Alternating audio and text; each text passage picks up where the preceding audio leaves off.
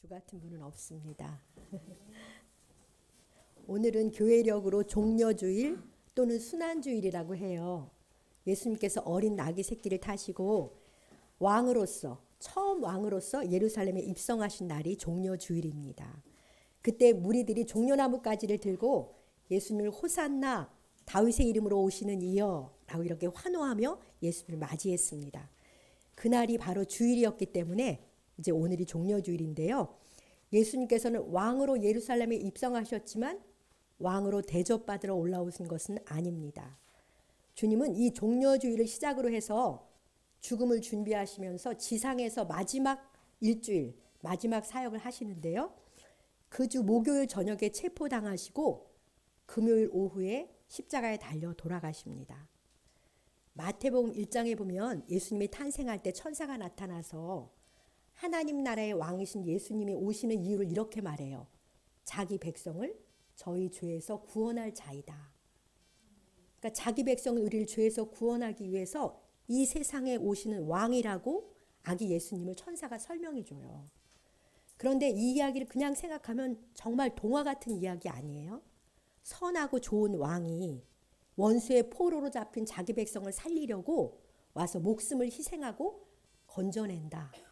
그런 이야기는 정말 동화 같은 이야기입니다. 그런데 왕이신 예수님이 우리와 같은 사람으로 이 세상에 오신 사건, 그리고 이 땅에서 인간으로서 한 생애를 사신 것, 그리고 십자가에 못 박혀 죽으시고 부활하신 것은 동화가 아니에요. 분명한 역사적 사건입니다. 분명한 역사적 사건, 팩트이기 때문에 우리는 예수님을 믿을 수 있고 예수님을 믿는 것입니다. 고난주간의 시작인 오늘 분명한 역사적 사건인 예수님의 십자가의 고난 그리고 죽으심을 마태복음 26장과 27장을 통해서 살펴보려고 해요. 이 사건의 전말, 팩트를 들여다보면서 예수님의 십자가의 고난의 무게와 크기를 알기 원합니다. 그리고 예수님의 십자가의 고난과 죽으심이 이루신 놀라운 비밀, 그 성취를 깨닫기 원합니다. 그래서 오늘은 십자가의 고난, 십자가의 성취라는 제목으로 하나님의 말씀을 듣겠습니다. 군중의 호산나 환호 속에 종려주일에 예루살렘에 입성하신 예수님은요. 그 주 목요일 저녁에 어떤 일이 있었냐면 마태복음 26장 17절부터 이야기예요. 그러니까 제가 지금 하는 이야기는 성경 이야기를 그대로 옮긴 거예요. 사건을 우리가 진실을 들여다보기 위해서 옮긴 건데요. 그 주 목요일 저녁에 제자들과 예비된 다락방에서 최후의 만찬을 가지세요. 근데 마침 그 해가 그날이 1년에 한 번 지키는 6월절이에요. 그러니까 6월절 만찬을 예수님이 다락방에서 가지십니다. 그래서 그 만찬에서 세족식도 해주시고 그리고 성만찬도 하시고 그다음에 귀한 말씀을 주시고는 바로 겟세마네 동산으로 그러니까 캄캄한데 저녁 때 이동하시는 거예요. 겟세마네 동산으로 가셔서 주님은 그곳에서 땀이 땅에 떨어지는 빗방울 같이 되면서 아버지 하나님께 눈물로 기도하시지요. 이렇게 기도하세요. 내 아버지여 만일 할만하시거든 이 잔을 내게서 지나가게 하옵소서. 그러나 나의 원대로 마시옵고 아버지의 원대로 하옵소서 라고 간절히 기도하세요. 그러니까 십자가 고난에 대한 극심한 두려움 속에서 그 잔을 피하고 싶으셔서 간절히 하나님 아버지께 기도하시는 것이죠. 그렇지만 결국 그 십자가의 잔을 마시기로 그 기도를 통해서 하나님 아버지께 순복하십니다. 기도가 끝나자마자 제자 유다가요. 대제사장들에게서 파송된 큰 무리를 데리고 그 동산에 나타납니다. 칼과 몽치를 가지고요. 예수님께서는 기도를 통해서 순종할 힘을 얻으셨기 때문에 당당하게 자원함으로 그들에게 체포되세요. 사랑하시는 아버지의 하나님의 뜻을 이루시기 위해서 스스로 체포당하시는데요. 그때 체포당하시면서 주님이 이렇게 말씀하세요. 한번 잘 들어보세요. 마태복음 26장 53, 54절인데요. 너는 내가 내 아버지께 구하여 지금 12군단 더 되는 천사를 보내시게 할 수 없는 줄로 아느냐? 내가 만일 그렇게 하면 이런 일이 있으리라고 한 성경이 어떻게 이루어지겠느냐? 이렇게 말씀하시면서 내가 지금 12군단이 더 되는 천사를 보내서 너희 다 멸할 수 있어. 그런데 내가 그렇게 한다면 이 일이 이루어지라고 한 아버지의 뜻은 어떻게 이루어지겠느냐? 그러니까 내가 아버지의 뜻 때문에 스스로 체포당한다. 이렇게 당당하게 말씀하세요. 그런데 이때 제자들은요, 무서워서 다 예수님을 버리고 도망갑니다. 그것이 목요일 저녁에 예수님께서 예수님과 그 제자들에게 있었던 일이고 일어난 사건입니다. 사랑하는 성도 여러분, 최후의 만찬에서부터 칼과 몽치를 가지고 온 무리들에게 체포되시기까지의 사건, 여기까지만을 통해서도 예수님이 당하신 고난의 내용은 어떤 것인가요? 겟세마네 동산에서의 기도는 땀이 땅에 떨어지는 핏방울처럼 됐다는 것은 의학적으로 이런 일이 가능하다고 해요. 너무나 간절하면. 완전히 씨름하는 기도잖아요. 그때 주님은 자기 마음을 이렇게 표현하셨어요. 내 마음이 매우 고민하여 죽을 지경이다. 그렇게 표현하셨잖아요. 한 인간으로서 그 참혹하고 치욕스러운 십자가를 피할 수만 있다면 피하고 싶으셨으니까요. 그러나 주님은 결국 아버지 하나님의 뜻에 자신의 뜻을 굴복시키는 순종을 선택하세요. 주님은 자기의 감정과 원한을, 그 원함을 아버지가 받아주시지 않고 거절하시는 아픔을 경험하셨지만, 그리고 한 인간으로서 철저하게 자기를 부인하셔야만 했습니다. 그런데 주님을 체포하는 일에 앞장선 사람이 누굽니까? 3년간 고락을 같이 한 제자 유다입니다. 제자 공동체의 회개를 맡길 만큼 신뢰하던 한 식구예요, 유다는. 그렇게 사랑한 그가 은 30냥에 자신을 팔아넘기는 엄청난 배신을 한 것이죠. 믿고 사랑했고 너무나 가까웠던 사람으로부터 배신당한다는 것은 또 얼마나 쓰라린 아픔일까요? 근데 유다만 배신한 것이 아니잖아요. 주님께서 체포되시는 것을 보자 남은 제자들도 무서워서 다 예수님 버리고 도망갔습니다. 3년이나 같이 살던 한 식구들이 그렇게 자신을 버릴 때 사람인 주님의 마음은 얼마나 큰 상처를 입으셨을까요?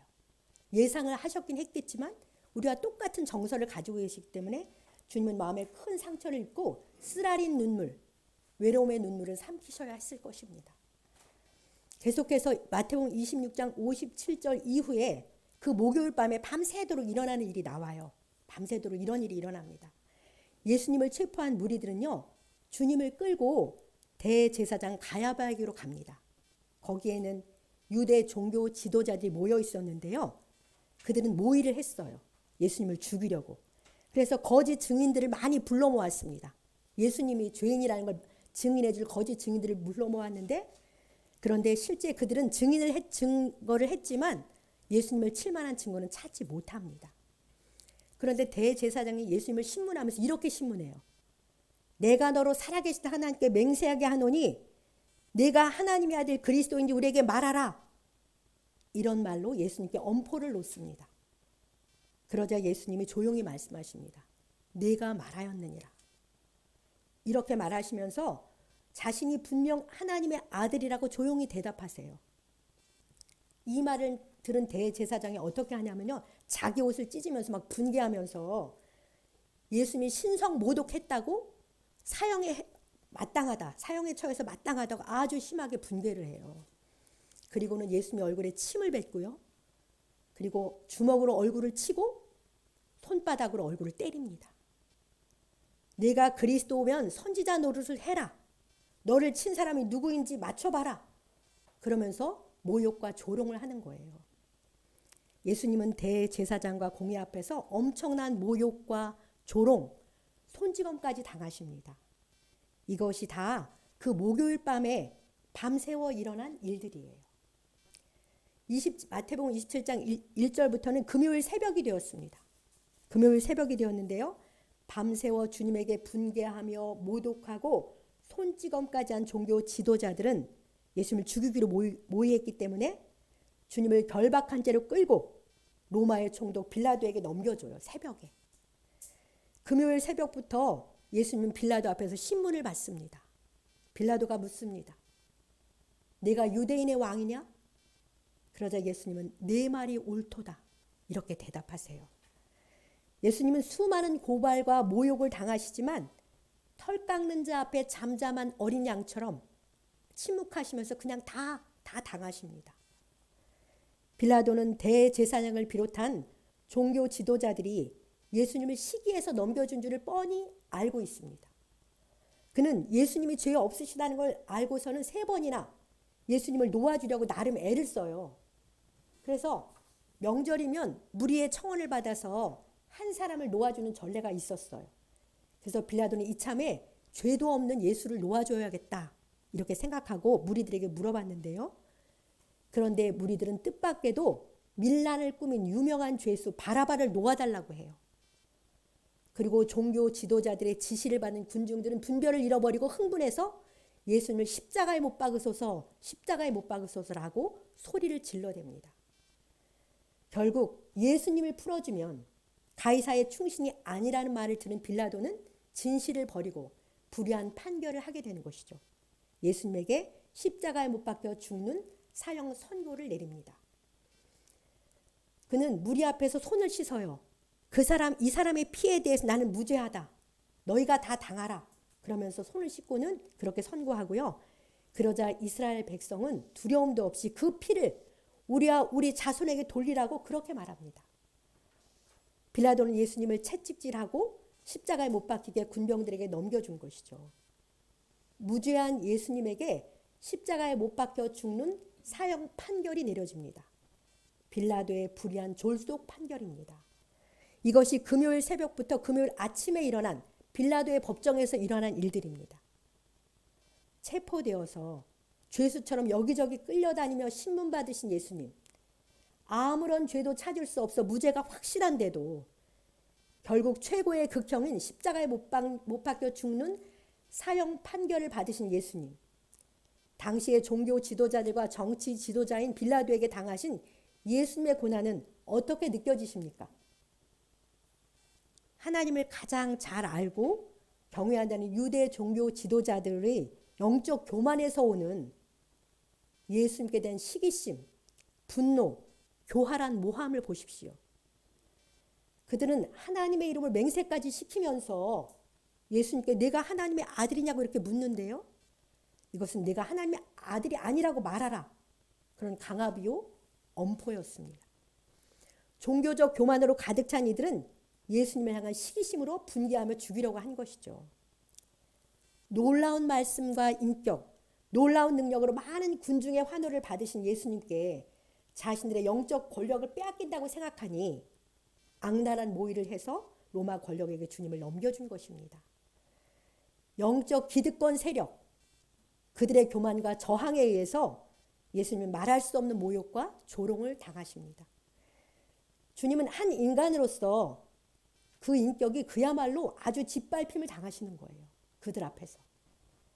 또 로마 권력자인 빌라도의 총독의 무책임하고 불의한 졸속 판결로 그 잔혹한 십자가에 못 박혀 죽는 사형 선고를 받으십니다. 만왕의 왕이신 예수님께서 아무것도 아닌 세상 권력 앞에서 무력한 존재가 되어 억울한 판결을 그냥 받습니다. 판결을 받자마자 로마 군인의 채찍질을 당하시죠. 로마 군인의 채찍이 얼마나 무서운지는 들어보신 적이 있겠지만 정말 제가 표현하기가 어렵더라고요.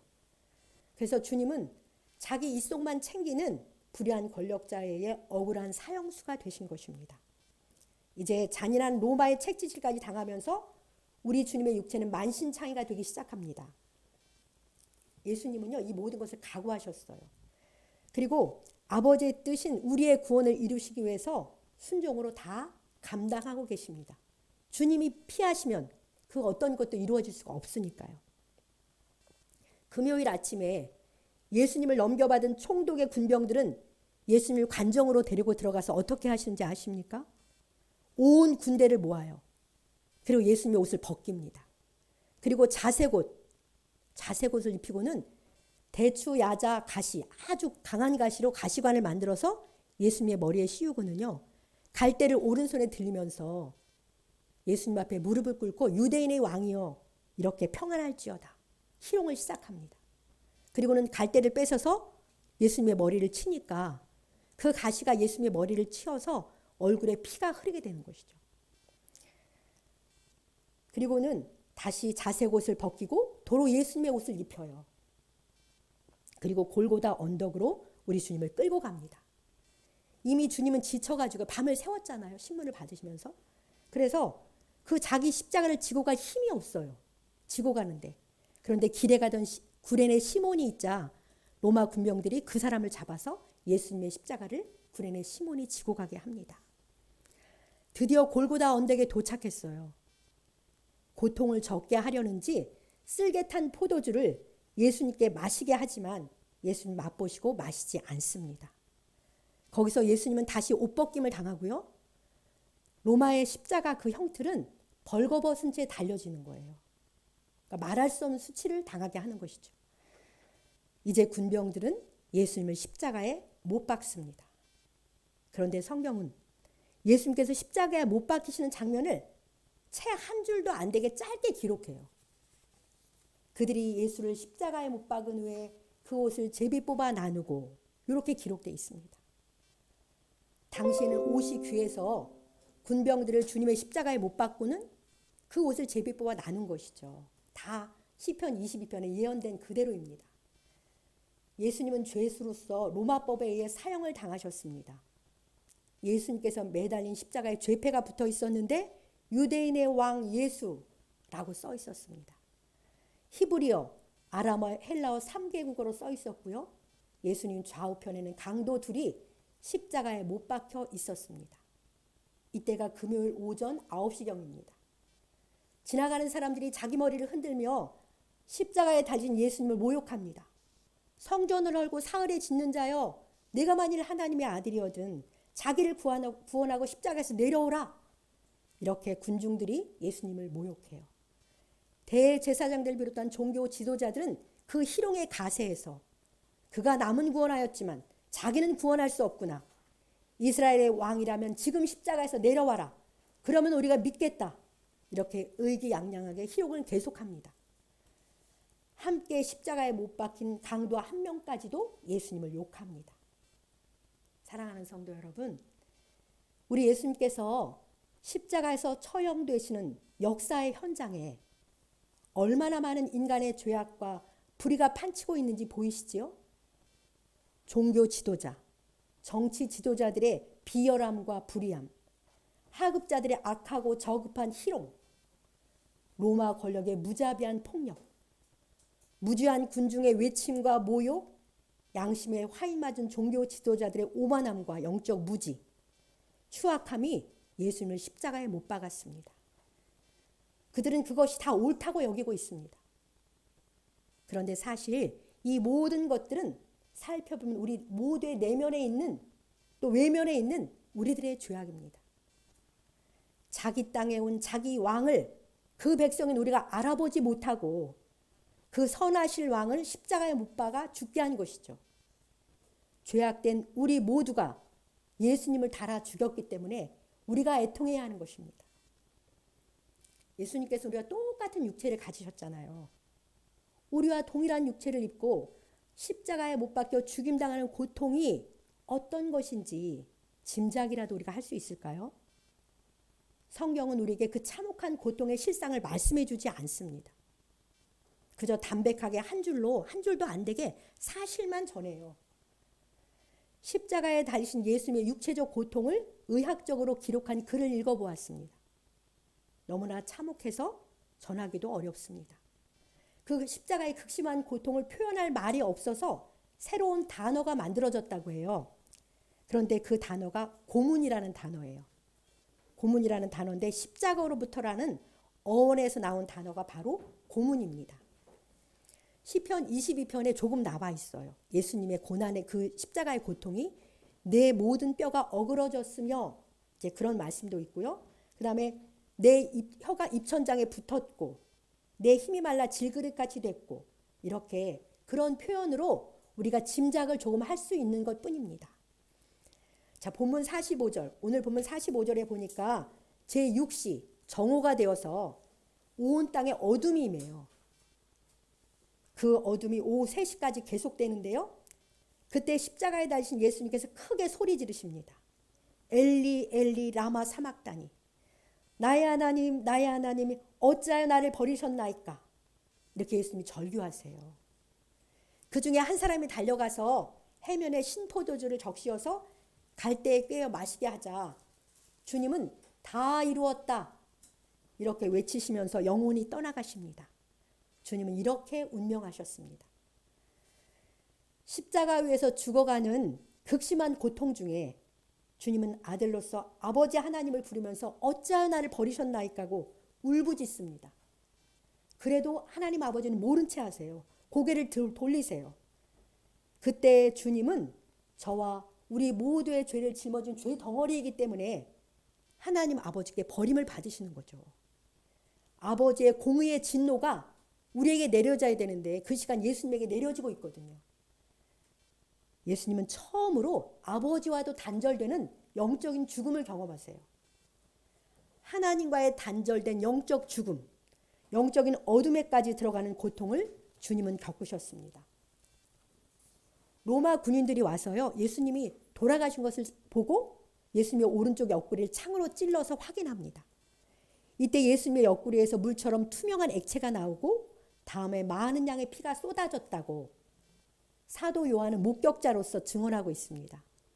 그 후 아리마대 요셉이 예수님의 시체를 빌라도에게 달라 하여서 가져다가 자기가 판 새 무덤에 넣고 큰 돌을 굴려 무덤 문을 막고 갑니다.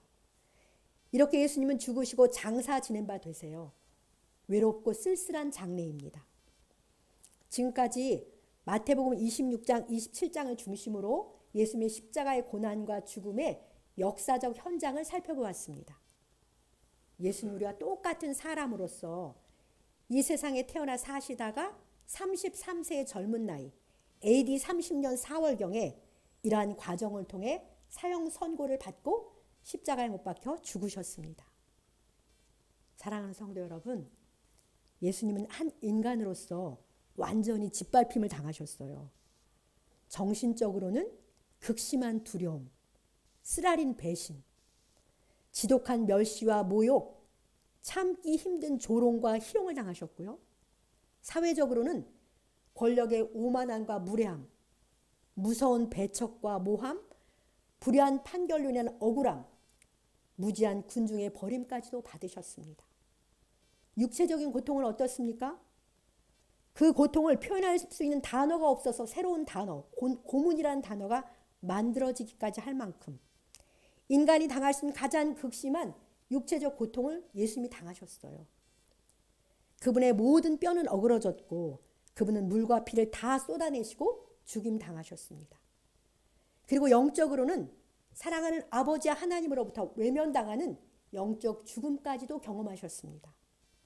우리 주님은 정신적, 사회적, 육체적, 영적으로 말할 수 없는 고난을 받고 십자가에 달려 죽으셨습니다. 그런데 왜 예수님이 이 모든 고난을 묵묵히 감당하며 죽임당하셨는지 우리는 알고 있지 않습니까? 주님의 이 죽으심이 우리에게 어떤 의미가 있는지 생각해 봅시다. 오늘 본문 마태복음 27장 50절 51절을 같이 읽겠습니다. 마태복음 27장 50절 51절입니다. 함께 읽겠습니다. 예수께서 다시 크게 소리 지르시고 영혼이 떠나시니라. 이에 성소 휘장이 위로부터 아래까지 찢어져 둘이 되고 땅이 진동하며 바위가 터지고. 네, 예수님이 다시 크게 소리 지르며 운명하셨는데요. 요한복음 20장에 보면 이때 하신 말씀이 다 이루었다 라는 말씀이세요. 다 이루었다 하시고 운명하시는 거예요. 주님의 십자가의 죽으심이 무엇을 다 이루신 것입니까? 51절이 설명하고 있는 거죠. 성소의 휘장이 위로부터 아래까지 이렇게 찢어졌어요. 그러니까 예수님의 육체의 찢김으로 성소와 지성소를 갈라놓았던 휘장이 찢어진 것인데요. 그것은 지성소에 계신 거룩하신 하나님 앞에 죄 있는 우리가 들어가서 만날 수 있는 구원의 길이, 구원의 문이 열렸다는 것입니다. 누구나 그렇게 십자가에 달려 죽으신 주 예수를 나의 주님, 나의 구세주로 믿으면 막혔던 하나님과 나와의 관계가 이렇게 열려서 회복돼서 구원이 우리에게 임하게 된 것이죠. 왜냐하면 흠없고 점없는 어린 양 예수님께서 그 십자가에서 흘리신 피가 우리의 모든 허물과 죄악을 깨끗이 씻기기 때문입니다. 자, 우리 에베소서 1장 7절도 함께 읽어보겠습니다. 우리는 그리스도 안에서 그의 은혜의 풍성함을 따라 그의 피로 말미암아 속량 곧 죄사함을 받았느니라. 아멘. 이 말씀대로 주님의 그 은혜의 풍성함을 따라 십자가에서 은혜로 죽어주신 그 은혜를 따라서 그 피로 우리의 모든 죄는 사함 받았습니다. 예수님께서 우리의 속죄 제물로 십자가에서 자신의 생명을 들이셨기 때문에 우리는 언제나 하나님의 은혜의 보좌 앞에 나가서요, 담대하게 모든 긍휼과 은혜를 구할 수 있는 그러한 구원을 누리며 살고 있는 것입니다. 주님은 십자가의 고난과 죽으심으로 우리의 구원을 다 이루신 거예요. 더 이상 우리의 구원을 위해서 우리가 할 게 없어요. 주님이 다 이루셨습니다. 오직 우리는 그 십자가에서 그렇게 고난당하신 예수 그리스도를 믿기만 하면 우리에게 구원이 완성되는 것입니다. 이루어지는 것입니다. 앞에서 살펴본 주님의 고난과 십자가에 달려 죽으심은 우리의 허물과 죄 때문에 당하신 것이라고 이미 이사야 53장에서 예언하신 대로입니다. 우리 그 복된 말씀을 이사야 53장 5절 같이 읽어봅시다. 뜻을 생각하면서 그가 찔림은 우리의 허물 때문이요 그가 상함은 우리의 죄악 때문이라. 그가 징계를 받음으로 우리는 평화를 누리고 그가 채찍에 맞음으로 우리는 나음을 받았도다. 아멘. 이 말씀을 이루신 거예요. 우리는 이제 나 위에 고난받은 주님의 십자가 앞에 영영토록 감사와 찬양을 드릴 것밖에 없습니다. 한 주간 나 위한 고난의 십자가를 묵상하시면서 주님께 깊은 감사와 찬양을 올려드립시다. 또 주님의 십자가의 죽으심은요, 우리를 사랑하시는 아버지 하나님의 뜻을 이루신 거예요. 우리의 구원이, 그것은 우리의 구원이기도 하지만 아버지의 뜻을 이루신 건데요. 아버지는 만세 전부터 죄인인 우리를 구원하기 위해서 약속을 하시고 예비하신 메시아를 보내겠다고 하셨잖아요. 오셔서 메시아로서의 사명을 다 하신 것이죠. 약속하신 구세주로 오셔서 대속의 죽음의 순종으로 우리를 살리시고 우리와 만나시려는 하나님 아버지의 사랑과 공의를 다 이루신 것입니다. 창세기 3장에 약속하신 대로 여자의 후손으로 오셔서 사탄의 머리를 상하게 하셨어요. 죽음으로 죽음의 세력을 잡은 자 마귀를 없이 하신 것입니다. 사탄은 사망 가운데서만 역사하잖아요. 주님이 죽음을 다 담당하심으로 사탄을 멸하셨어요. 그래서 우리는 이제 주 예수 그리스도의 이름으로 사탄을 대적하며 넉넉히 이기며 살 수 있게 되었습니다. 그 승리를 누리는 우리의 매일이 되길 소망합니다. 끝으로 우리 주님의 십자가는 죄인된 우리 옛사람의 죽음을 의미하는 것입니다. 갈라디아서 2장 20절을 함께 읽겠습니다. 내가 그리스도와 함께 십자가에 못 박혔나니 그런즉 이제는 내가 사는 것이 아니요 오직 내 안에 그리스도께서 사시는 것이라. 이제 내가 육체 가운데 사는 것은 나를 사랑하사 나를 위하여 자기 자신을 버리신 하나님의 아들을 믿는 믿음 안에서 사는 것이라. 아멘. 갈보리 언덕에서 예수님께서 십자가에 달려 죽으실 때 하나님을 부인하고 내 마음대로 살던 죄인인 우리 옛사람도 거기서 같이 죽었습니다. 예수님은 우리 각 사람의 이름으로 하나님께 형벌 받고 죽으신 것이니까요. 이것은 분명한 영적 사실입니다. 우리는 이제 주님의 십자가 위에서 나의 옛사람이 죽었음을 매 순간 인정하며 살아야 합니다.